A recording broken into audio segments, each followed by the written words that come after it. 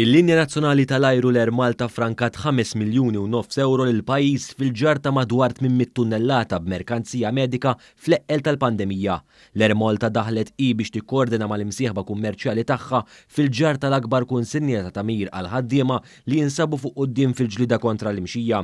Fi stqarrija l-Air Malta qalet li għalkemm il-linja tal-ajru għamlet tentattiv biex tara kienx jaqbel li jġor istess dawn l-eluf ta' tunnellati f'merkanzija miċ-Ċina, ħareġ li ma kienx loġistikament vijabbli għall-Air Malta biex topera aktar minn 100 titjira lejn iċ-Ċina biex iġġib din it-tabija kbira.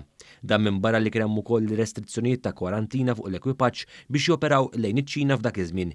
Kien permezz tal-kuntatti eċċellenti li għandha l-Air Malta mal-Qatar Airways permezz anke tal-kap eżekuttiv il-Kaptan Clifford Ketkuti u l-ħaddiema beżlin tas-sezzjoni tal-merkanzija tal-kumpanija li nstabet soluzzjoni loġistika biex tinġar din it-tabija.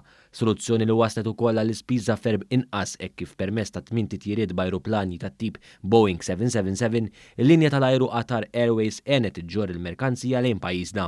Il-Ministru Silvio Xkembri faħħar dan l-intervent strateġiku tal-Air Malta hekk kif it-tabija mhux biss waslet Malta f'ħin rekord iżda fuq kollox ġew frankati miljuni ta' flus fi spejjeż.